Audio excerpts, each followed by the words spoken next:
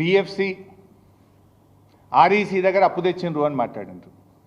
అయ్యా మీలాగా బ్రోకర్లను పెట్టుకొని 170 కోట్ల బ్రోకర్ కమిషన్లు ఇచ్చి మేము అప్పులు లేలే.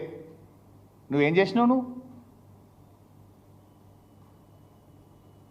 హెచ్సియు యూనివర్సిటీ భూములు కుదబెట్టి బ్రోకర్కు 170 కోట్లు చెల్లించి 10,000 కోట్లు నువ్వు అప్పు తెచ్చినావు కదా mister Uttam Kumar Reddy. PFC REC private కాదు, ఇవి కేంద్ర ప్రభుత్వ సంస్థలు.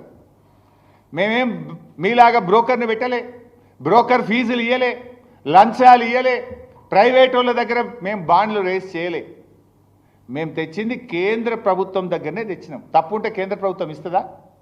If our project is wrong, if DPR is not there, how central government will give us the loan? PFC REC ఏం ప్రైవేట్ సంస్థలు కావు.